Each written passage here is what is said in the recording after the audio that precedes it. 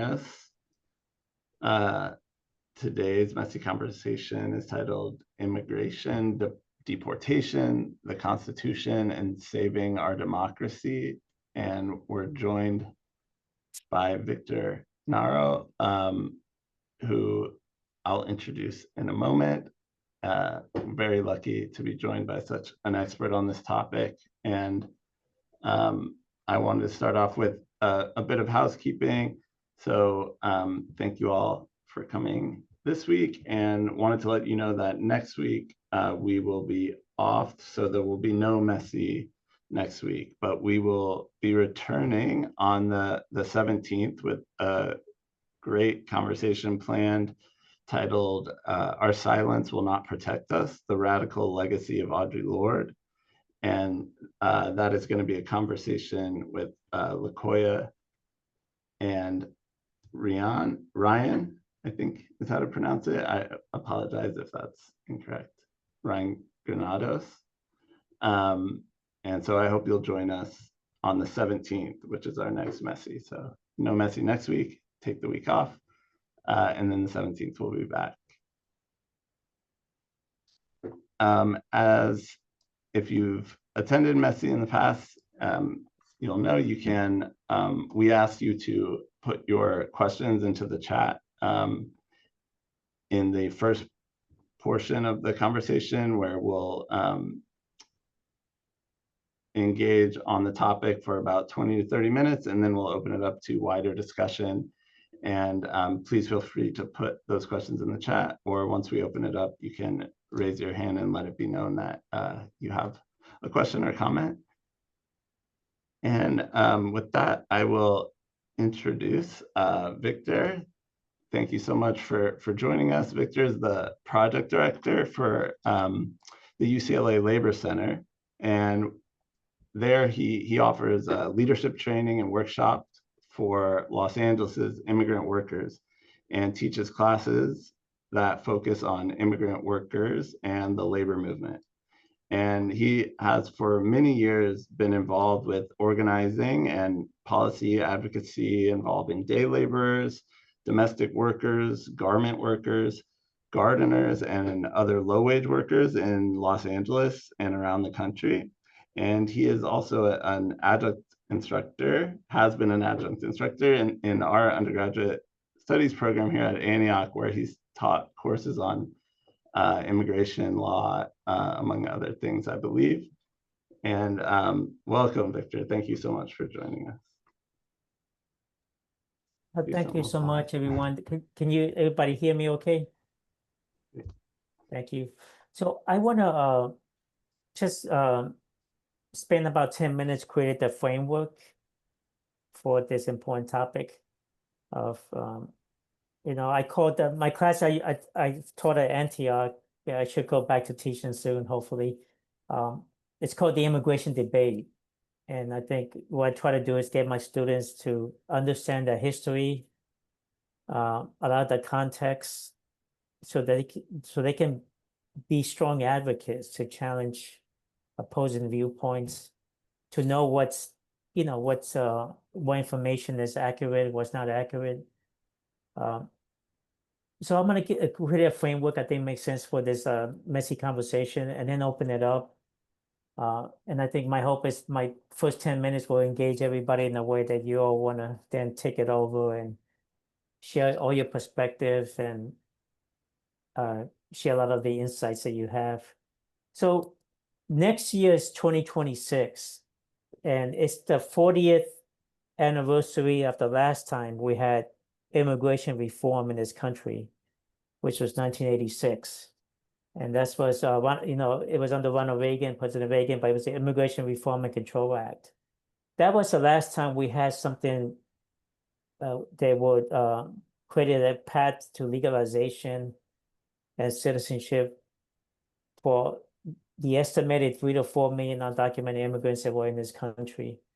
It gave them a chance to come forward and engage in the amnesty program. And many of them are U.S. citizens today. And many of my children at UCLA, I teach a labor studies department, and also at the law school. I'm here at the law school right now. I have students who are first-gen students whose parents took advantage of the 1986 Immigration Reform and Control Act and enabled them to become citizens, their parents, and lay deep roots in this country. But we haven't had that for 40 years. And we've tried in so many ways to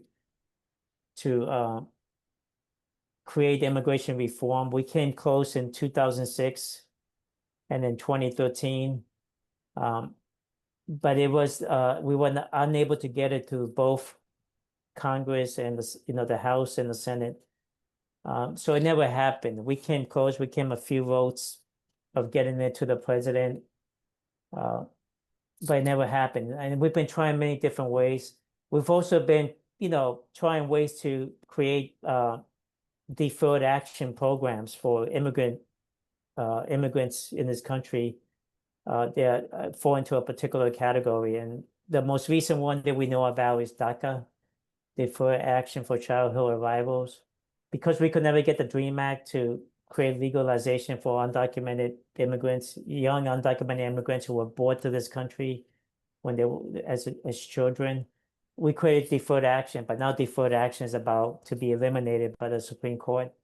We also had something known as temporary protected status for certain groups of immigrants from Central American countries and other countries, Venezuela and Haiti.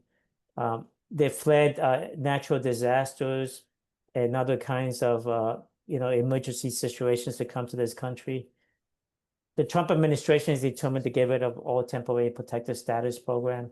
So we may see the elimination of those programs.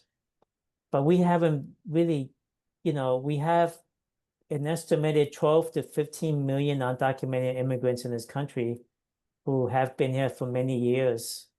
And they have established roots in this country. Many of them are integrated in all our industries, many of our industries. Our economy depends on them. They have added to the diversity and culture of this country, but now they're being targeted for a massive deportation program under this president. And beginning January 6th in Los Angeles, we have seen nothing but hostility, violence. We call it kidnapping, disappearance, because it resembles what we have seen in Latin America in dictatorships, in military dictatorships, where people just show up and take you, apprehend you on the streets, and people don't know how to find you. They don't leave any information behind.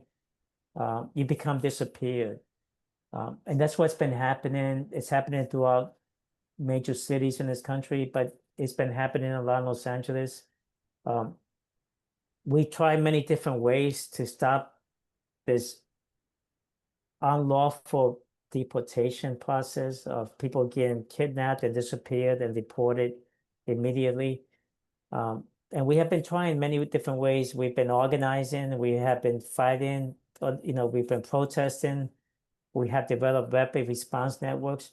We've also gone to the legal system, and we filed the advocates in Los Angeles, the legal advocates, we filed a lawsuit against the Trump administration for the discrimination policy of just targeting people because of the color of their skin, of the language. If they don't speak English or they don't speak English well, they've been targeted, or where they work. They've been targeted in areas like Home Depots, the garment industry, car washes, where the majority of workers are immigrant workers. We filed a lawsuit based on Fourth Amendment violations and Fifth Amendment violations because there was no due process. They were just apprehended indiscriminately. There was no evidence, no reason for them to detain individuals. We were able to prevail. We got a temporary restraining order, but then the Supreme Court has developed this rapid docket process where they just take these federal court decisions and overturn them immediately with no analysis. And this is the Supreme Court with the majority, the most right-wing justices in the Supreme Court were appointed by Trump during his first term.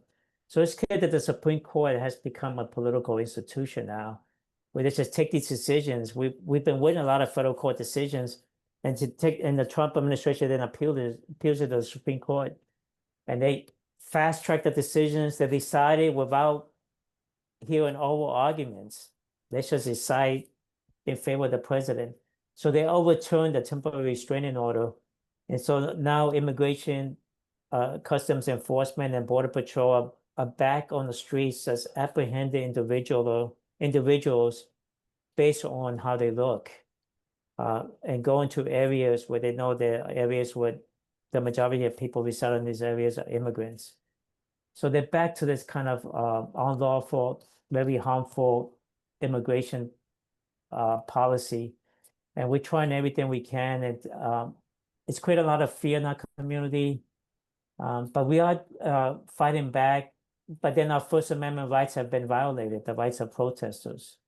There have been tear gas in community members that have been using their weapons. You know, this Immigration Custom Enforcement now has a $170 billion budget that was approved by the Republicans under Trump's, the major reconciliation bill. And now they're fast tracking hirings. They're gonna actually become a more militarized agency. He was on 60 Minutes on Sunday, Trump, and he felt like they haven't done enough on his deportation policy. They didn't go even harder. So I think it's going to get worse before it gets better.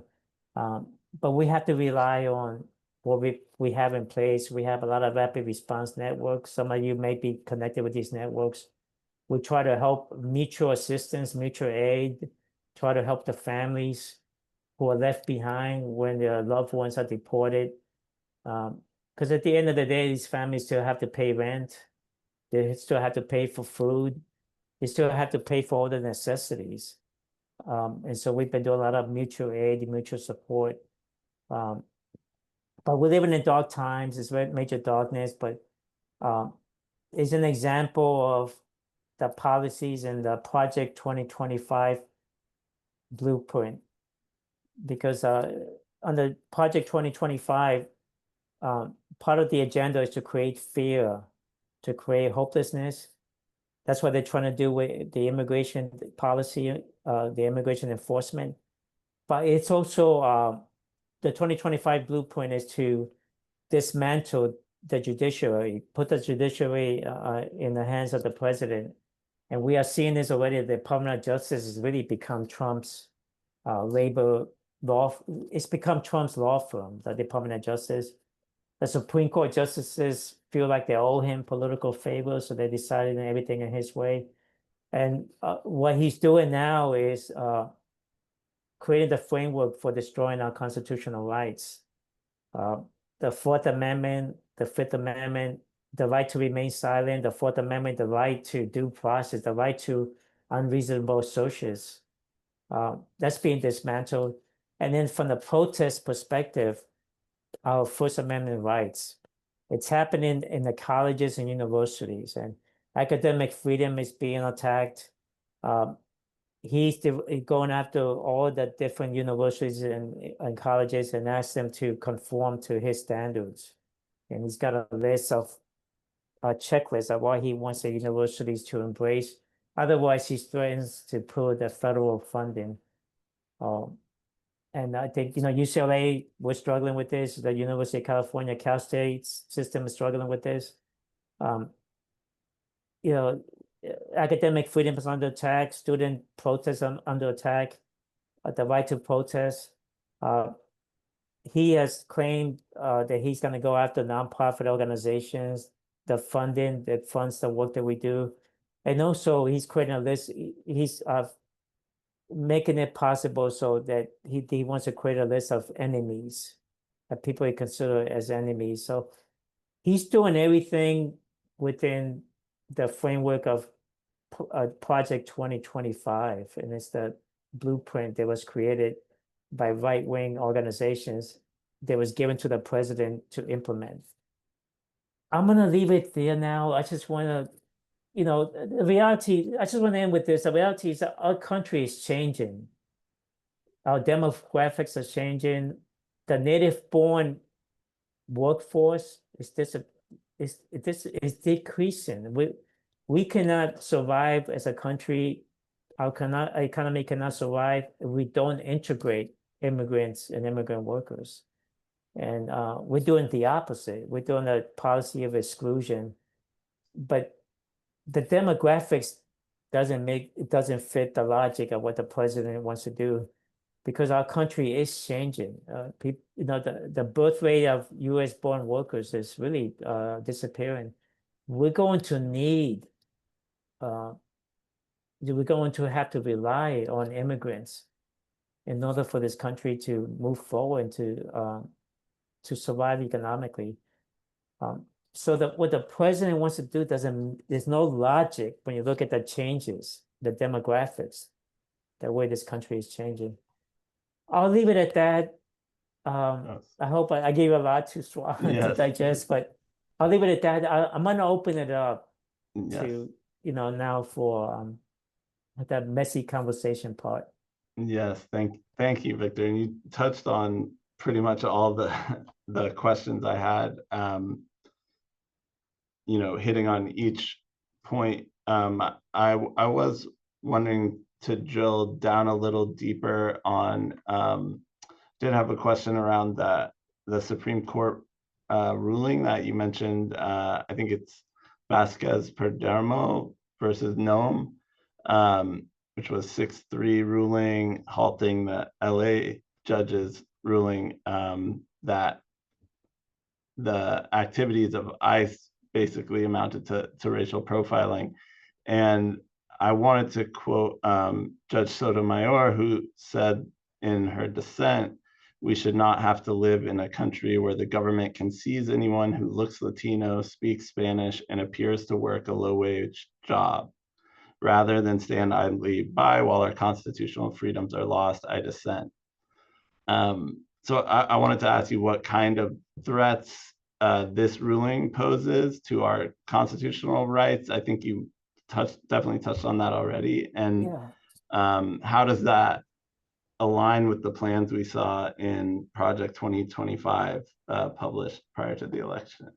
Okay, yeah. Well, if you read Justice Brett Kavanaugh's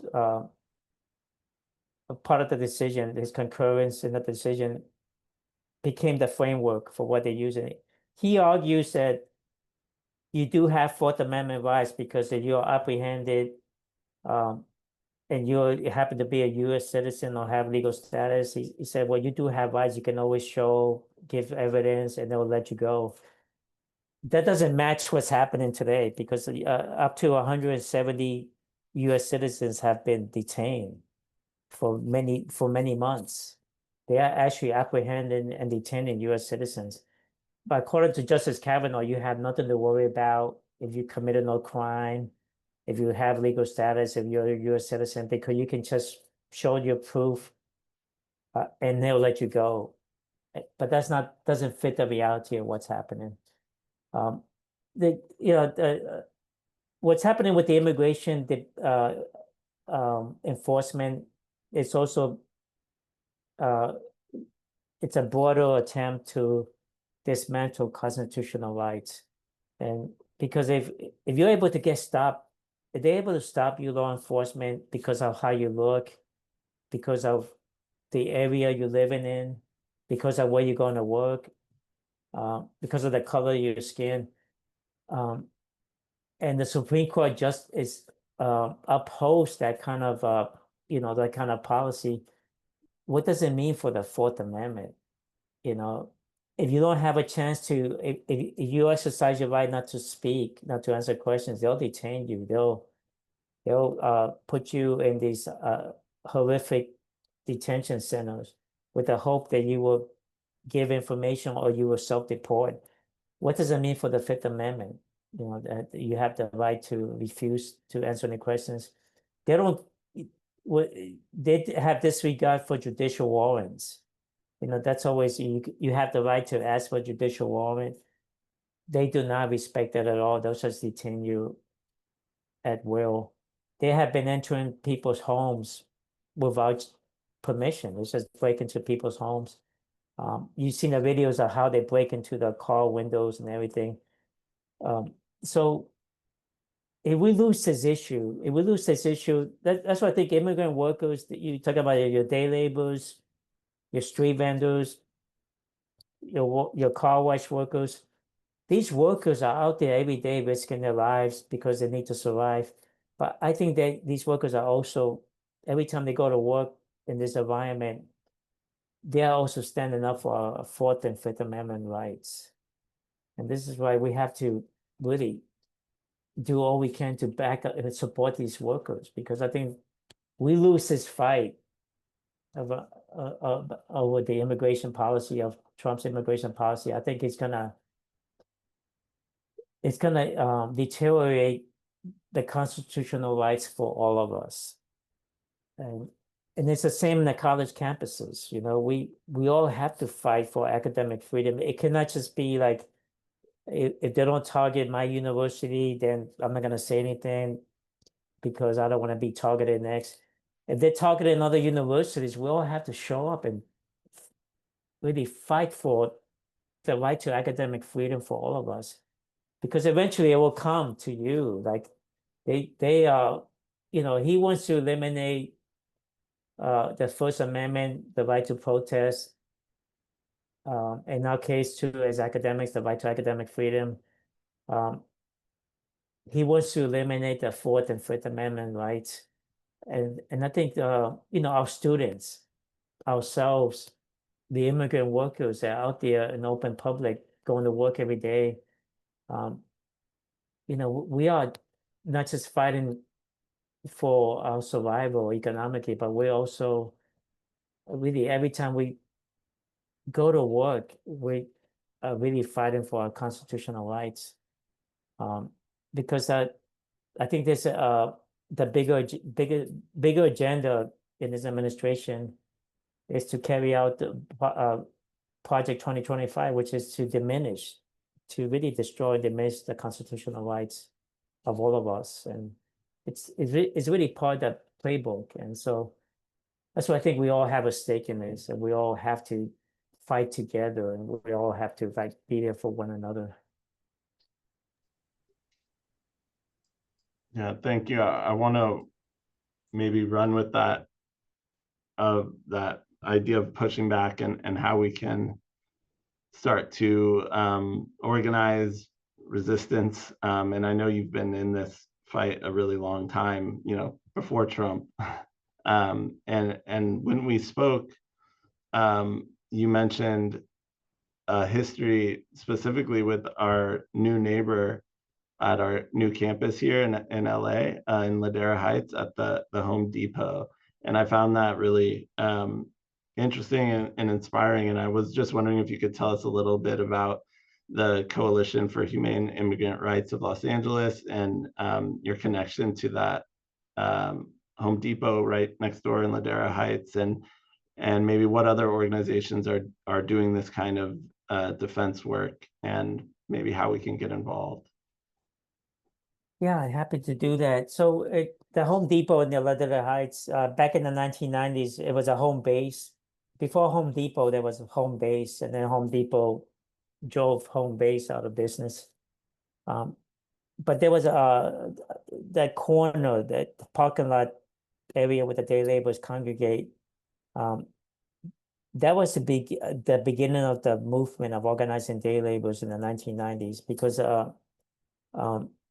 I was involved with a group of organizers and other advocates in the struggle to preserve that space for the workers, because they were being harassed by the sheriff's deputies. They were being harassed by local businesses and also residents in that area. So it was a big fight to make sure that the workers had the ability to be able to look for work every day in that parking lot area at the Home Depot. So we worked through a whole process of negotiations and conflict resolution, and we were able to win. The workers were able to win their right to look for work in that area. But that was the beginning. That was because that victory led to other victories in other day labor corners. And we created like day labor worker centers, more established city-owned worker centers. that movement flourished. And today we have the National Day Labor Organizing Network, which is a network of close to 70 organizations around the country. They are organizing day laborers. But the origins of that movement, the organizing day laborers began with the Ladera Heights corner. So, you know, one way to, like, if we think about ways to get involved, Antioch is, your West Coast campus is right there near that corner. You can adopt, you know, and the National Day Labor Organizing Network has an Adopt a Corner program where many advocates and many organizations are adopting home corners at the Home Depots. Every Home Depot now has a group of organizations. They have adopted it. They are there for the workers. They monitor the situations. They provide services for the workers, but they also are there for the workers if there's an ICE raid. They provide assistance, try to find lawyers for the workers who are detained, try to help the families. They are there to respond in case there's an ICE raid. And so every Home Depot has a network of organizations that have adopted the Home Depot. There's always a need for more organizations to get involved. So the National Day Labor Organizing Network has in their website, they have the tools, and they'll help you set up, you know, how to become part of that program to adopt a Home Depot. And it's just, you know, it's right there. The location is right there next to the West Coast campus. And that's an example of a way you can get involved. But there's a lot of history at that Ladera Heights Day Labor corner at the Home Depot there. Because I think that's where it really started the movement to organize day laborers. Yeah, thank you. I found that really fascinating to know, you know, we're right at that epicenter of where some of this movement for day labor rights and dignity began. And I think it's an opportunity for us as a campus to get involved and, you know, be good neighbors, not to the Home Depot necessarily, but to the day laborers who are there, as Victor said, risking their lives and exercising their Fourth Amendment rights to unlawful search and seizure. So yeah, that would be my big takeaway and suggestion going forward, trying to, you know, organize something like that. And I know we're just at 4:30, so I definitely want to open up the conversation to see other questions or comments. I know this has been pretty LA focused, and we have people from all over the country. There has been especially heavy ICE and National Guard presence in LA, so I think that makes sense. But would love to hear from others as well. And yeah, I have a million more questions I could ask, but I want to open up that space. I see, oh, Rosa. Thank you, Asa. Thanks again, Victor, for being here. As I listen to the opportunities to advocate for a population that is becoming increasingly vulnerable, I was thinking of, as we saw in the 90s with Proposition 187 and other things that were happening in the 90s, that we saw how new forms of solidarity were emerging, very creative forms of solidarity that I saw happening. For example, I don't know if you remember IDEPSCA, the Institute of Popular Education, with the Vox, let me put it here,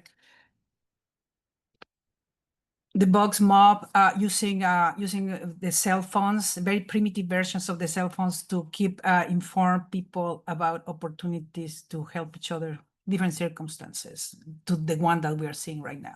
But the point I want to make is emerging forms of creative solidarity that you might have noticed emerging or happening, or anyone in the room that could bring up, if you know of anything, because when we think about the kind of framework that we are seeing today and the one that you, Victor, shared, it feels pretty daunting.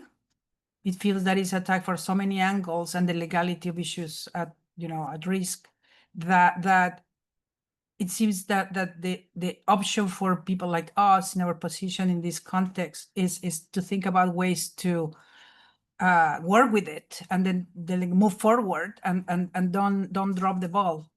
So I think you have shared that option already, Victor. That's the way to go. And if there are other examples, I would like to bring them up if anyone is aware of anything. Yeah.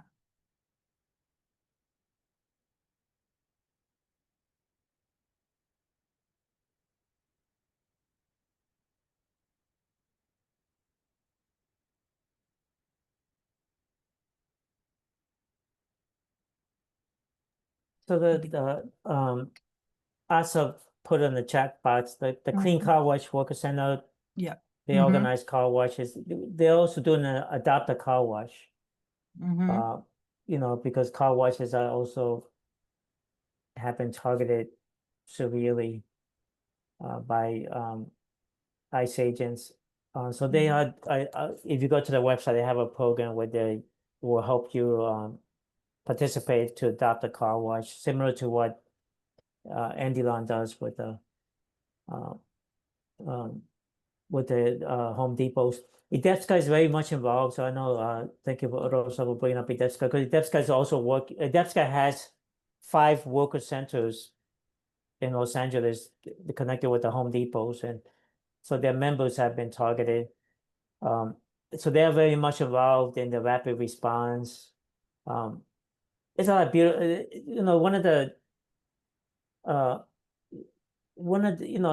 There is joy in this kind of work.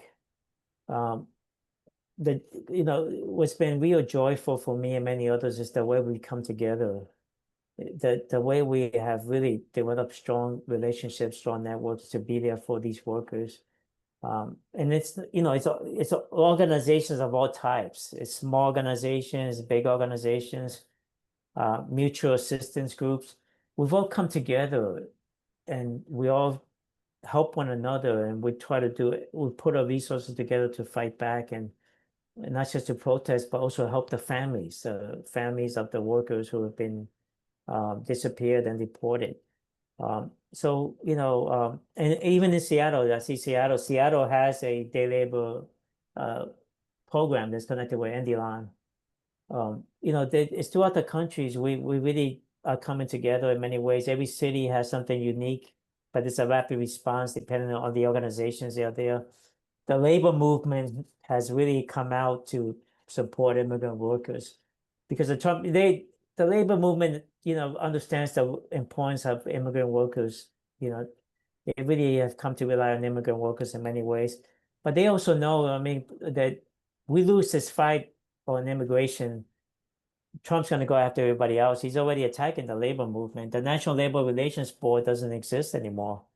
There's no quorum in DC, and the Trump administration doesn't want to create a quorum. So it's really defunct, the whole National Labor Relations Board. There are 2 cases before the Supreme Court. It's going to decide the constitutionality of the National Labor Relations Act. And so even the labor movement is under attack. And I think that's why a major reason the labor movement's really been there for immigrants and immigrant workers.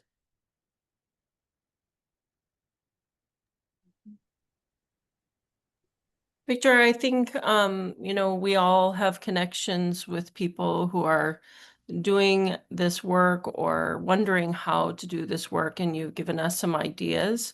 I wonder what are some examples of things that you say to help people to just not worry for themselves and think about being able to focus? Because a lot of people are so overwhelmed and scared that action seems like something they won't engage in, and they need to protect themselves, which is a very human response. So I just wonder, given your knowledge, what are your words of wisdom? I think one of the effective ways to deal with that is, we all have the fear. It's like everybody's feeling the fear, the uncertainty. But there's a lot of networks that are being created on a local level in communities and neighborhoods where they are creating programs where the neighbors can look out for one another. And you see this, like you see in some of the videos in other cities where ICE agents show up in a residential neighborhood and everybody comes out.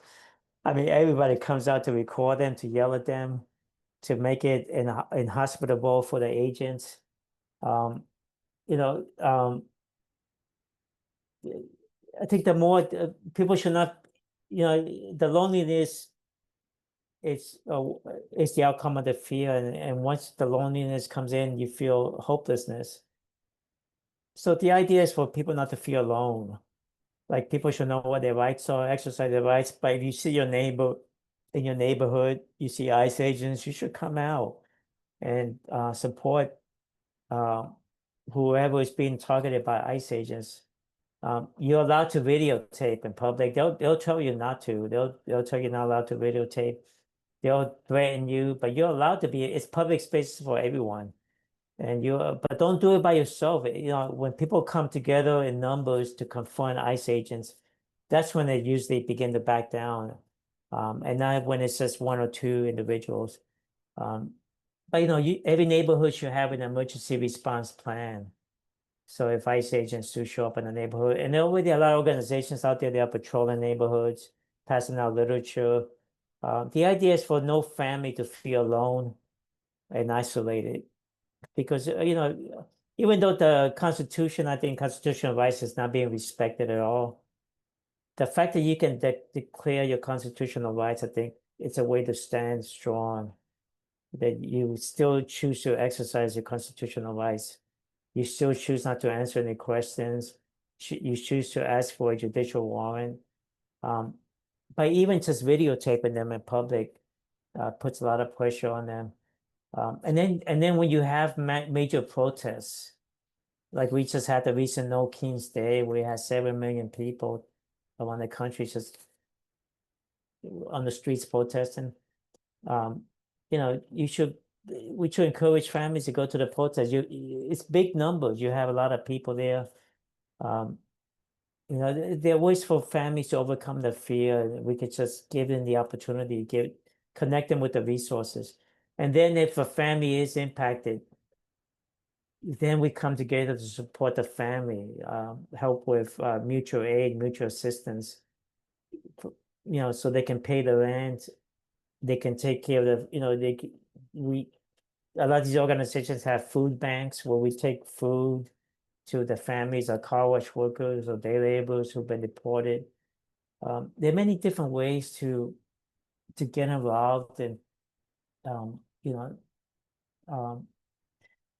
it's a matter of what you're able to do, and how much capacity you have. But I think there's a room for everyone to do some kind of involvement.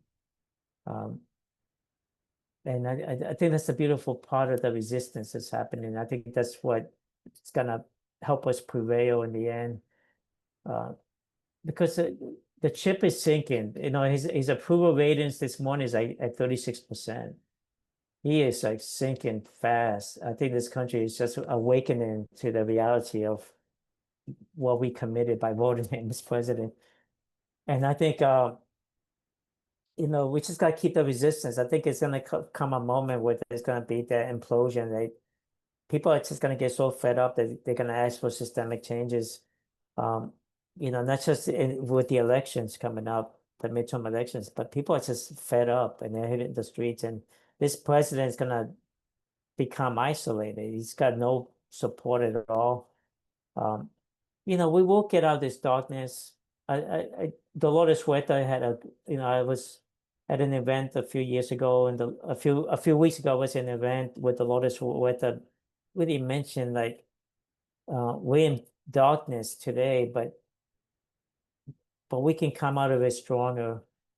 And once we come out of the darkness, we'll move forward to bring justice to Trump, the people in power, the cabinets, you know, his cabinet.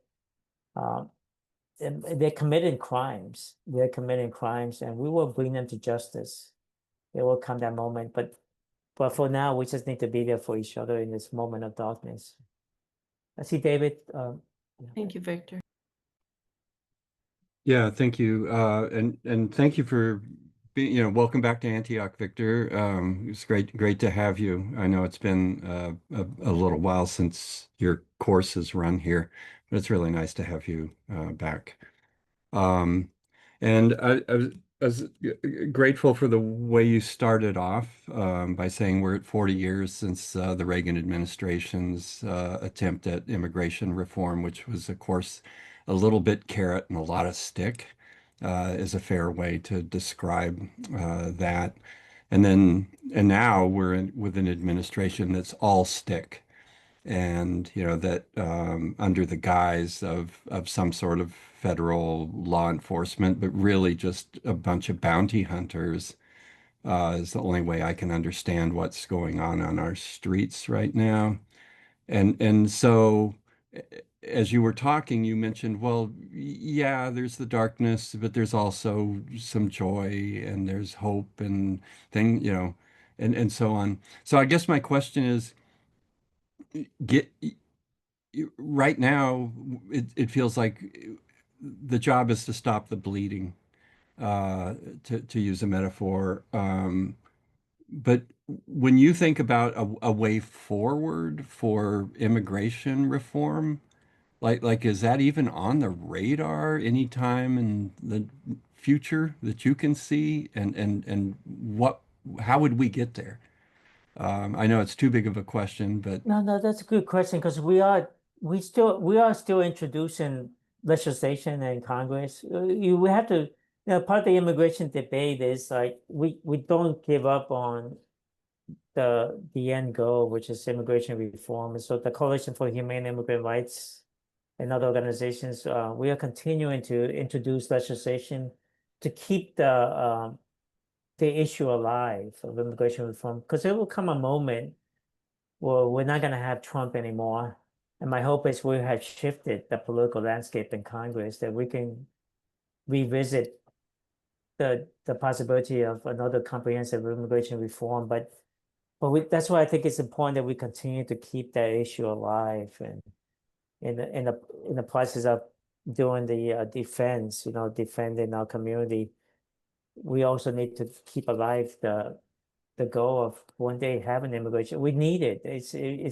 There's no way this country can function the way it is right now. And but right now we're dealing with the attacks, but we should keep that issue alive as well and keep introducing legislation when we can, even though we know it's not going to go anywhere. But we're keeping the issue alive. yeah, thank you, Victor. I heard a piece yesterday on NPR. They were talking about the pro-natalist movement in response to, what happens if we block immigration from our country, and then how will we compete in the world markets? And this conversation was about this pro-natalist people need to have kids, they say, and we need more citizens, and the push on the right to encourage people to not just have children, but also to change our legislation to support people in having children because of the loss of immigrants right now. And also some much more horrible stuff about who needs to also be gone. And I just wonder, what your thoughts about building this reform with this kind of messaging in the background, and given what you've said about, the government shifting their focus on our own rights as people here, what does that mean in your mind? I mean, I think when you look at Trump's tariffs policies, comments he's been making and people around him like Stephen Miller about who belongs in this country, who doesn't belong in this country. I think they want to bring us to that nativist,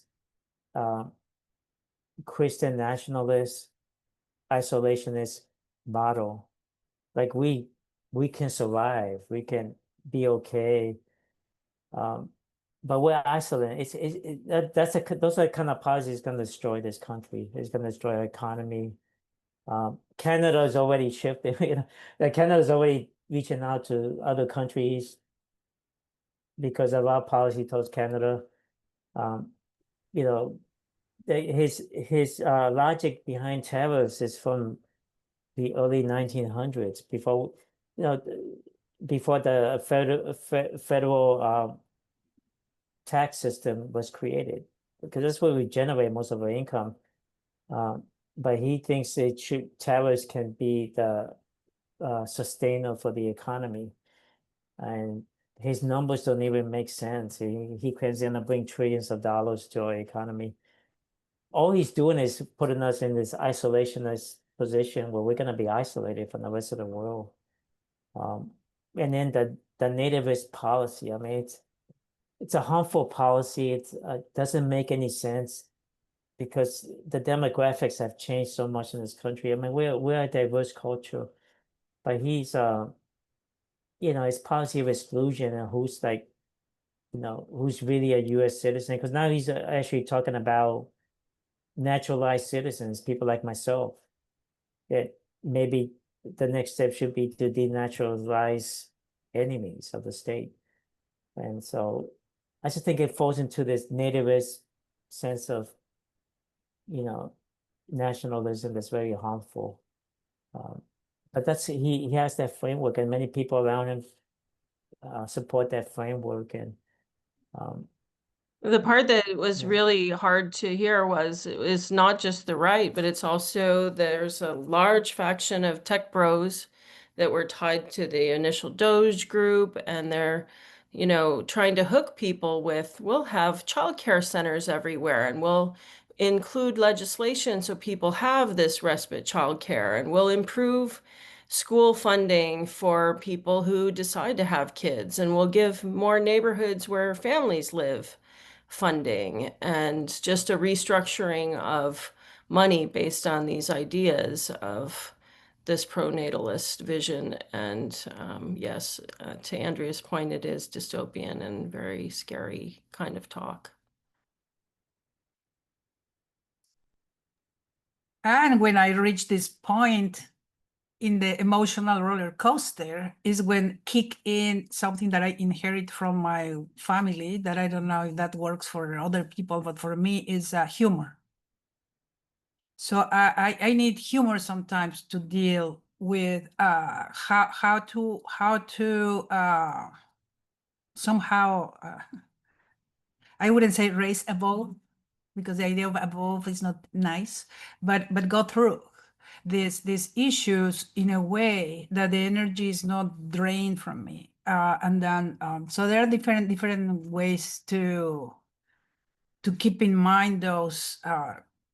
You're gonna see how social media is being used for threatening and for extortion and for all these techniques that they are using. How can that be reversed using the same tools? So there's a lot of those guerrilla stuff, and I think there are some players in the current political landscape that have been doing very successful ways to do that. I think we need to pay attention to that and try to see how can we replicate or get inspiration without falling temptation of spamming all our networks, right? So it's just a balance act that we need to play there, but there are many ways. So I don't want to spam you right now, but this is something that a morsel that I got from one of the sources that I check lately, right? So it's having like a checklist of everything that is under threat that I use, that I put this in front of me and I say, okay, so now what is gonna come in the headlines? Which of these casualties is gonna be there, just to see.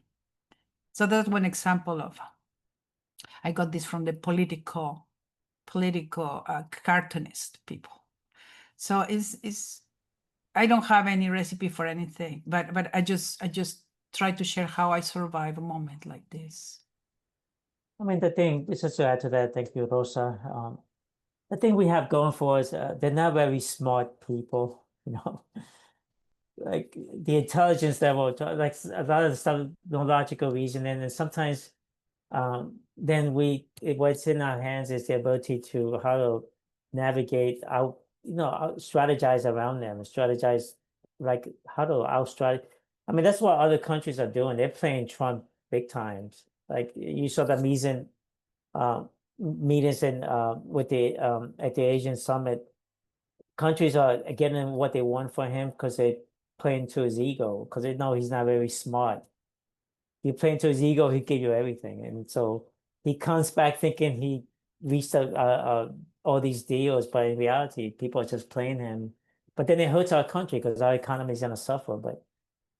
But these are individuals; they're not very smart, and I think with the right strategy, we can always like really turn things around on them, and so that's something to be hopeful about, you know. Thank you, Victor.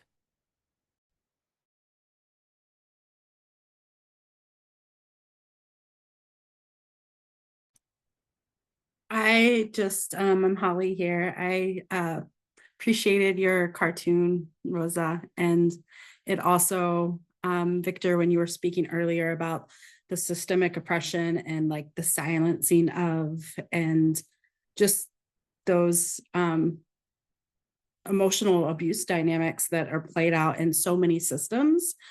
And, I think about people losing their families and losing their loved ones, and it can get really overwhelming. And I don't know, something that really helps me in my experience is just noticing the patterns that are systemically occurring at all these levels, and then noticing what I actually have input and control over. And so like a lot of times when this gets really overwhelming, I'm like, well, what can I do in my university, in my class, like in my day-to-day experience that is a small bite to this bigger problem? Because I think like the more we show up and have these conversations and bring these things to light, the more comfortable we can get with the uncomfortable so that we can keep showing up. And I just really appreciated the way you framed it and having the opportunity to reflect on what I'm dealing with in my day-to-day life and how even these little things really matter systemically, even though I might not be able to prevent ICE, from showing up tomorrow, but I can keep practicing in small ways.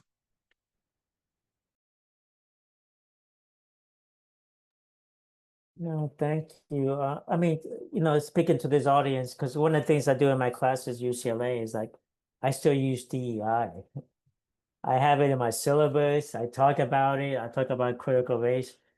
So that's a resistance, right? We do in a classroom, and, I know one of the things Trump want from UCLA is to check everybody's syllabus and everything, but, we fight in that, but, we should, like DEI is not, he claims, he made it a policy that's invalid, but we should continue it. I mean, I think it's a beautiful policy. We should, every time we can create the space for learning diversity, equity, and inclusion in our classes, we should do it. We should put it in our syllabus. That's one way of doing it. And then, our administration, like in my case, a chancellor, to pressure him to say no to Trump, just to stand up to him. Right? I choose to practice DEI in my classes, and regardless of the outcome, it's just, I would never conform to a standard where I'm not going to talk about critical race theory and diversity and equity in my classes.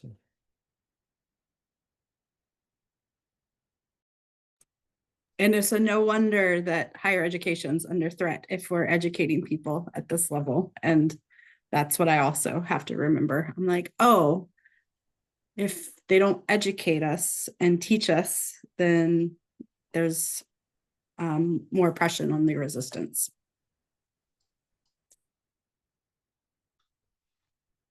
I know we are coming up on an hour, a few more minutes.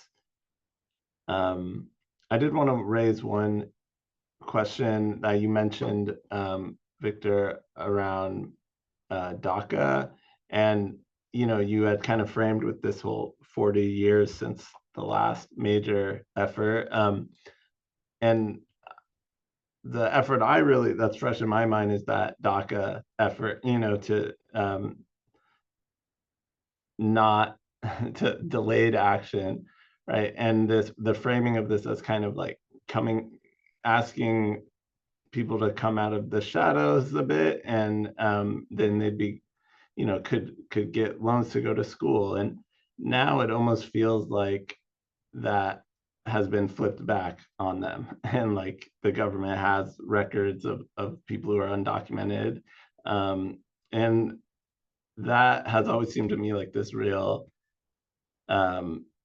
breaking of a compact or a trust, and like how can we learn from that to maybe in the next effort like go further with the legal demands, or what kind of, do you see that as a kind of broken trust? Is there something there that's irreparable, or how can we address that?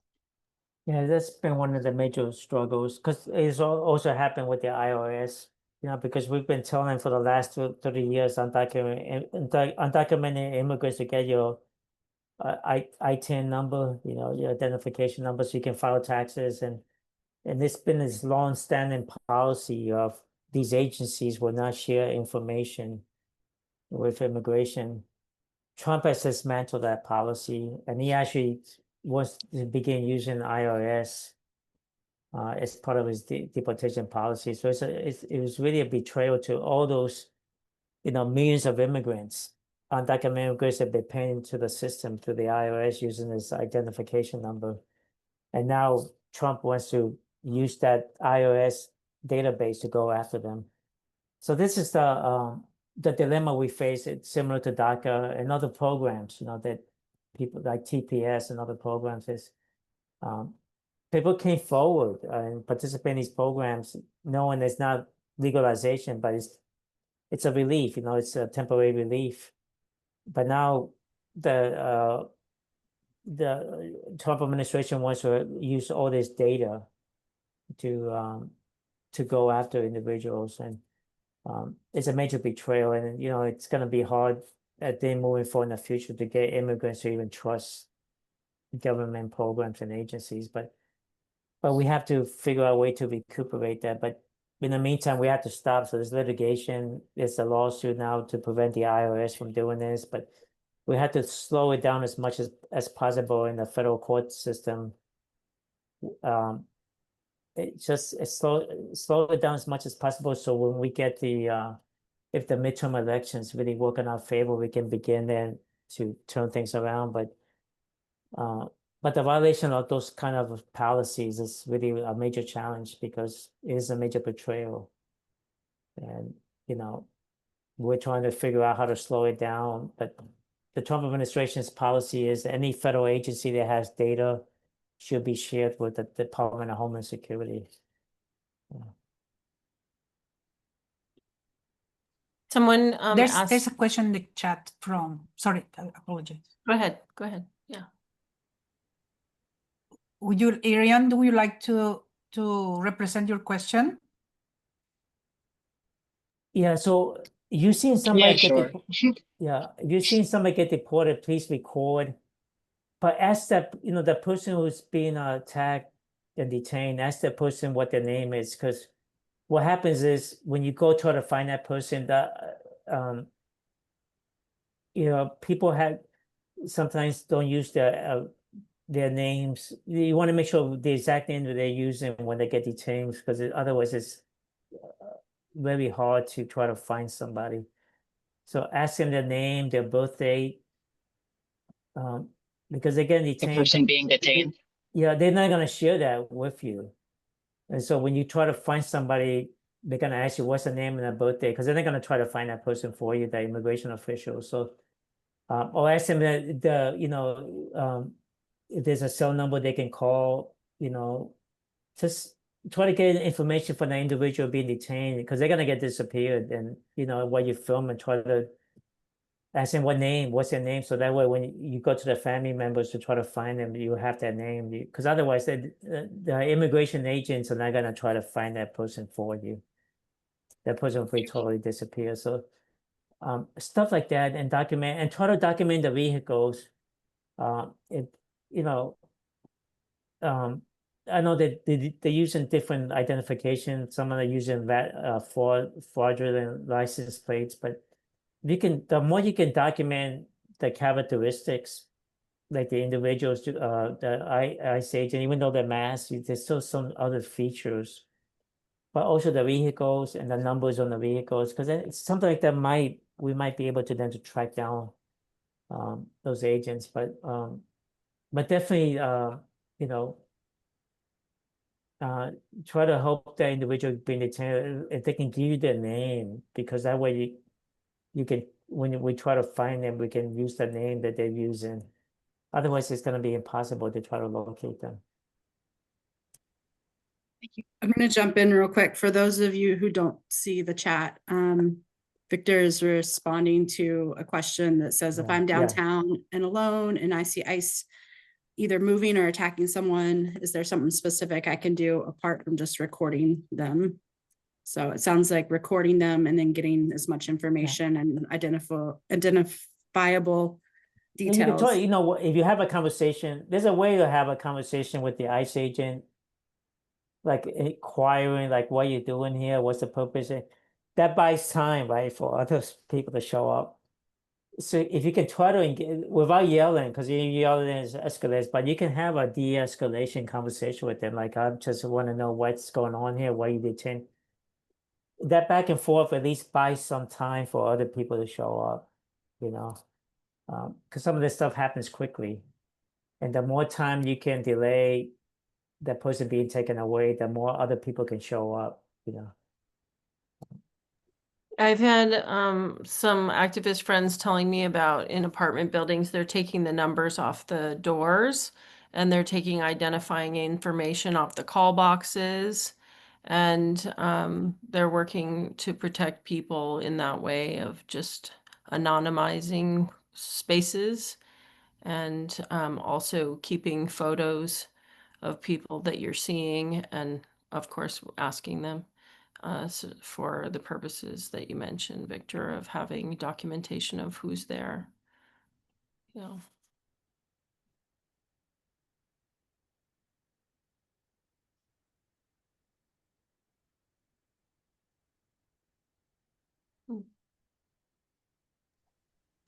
Well, we are 5 past the hour, and I want to respect your time, Victor, for joining us. Thank you so much. And I know you said you could hang for a couple more minutes, but yeah, hopefully we'll have you back at Antioch soon. I'd love to audit your course. And thank you all for coming. Again, no Messy next week. We'll be back on the 17th with a conversation on the great Audre Lorde. Victor, any final thoughts for us?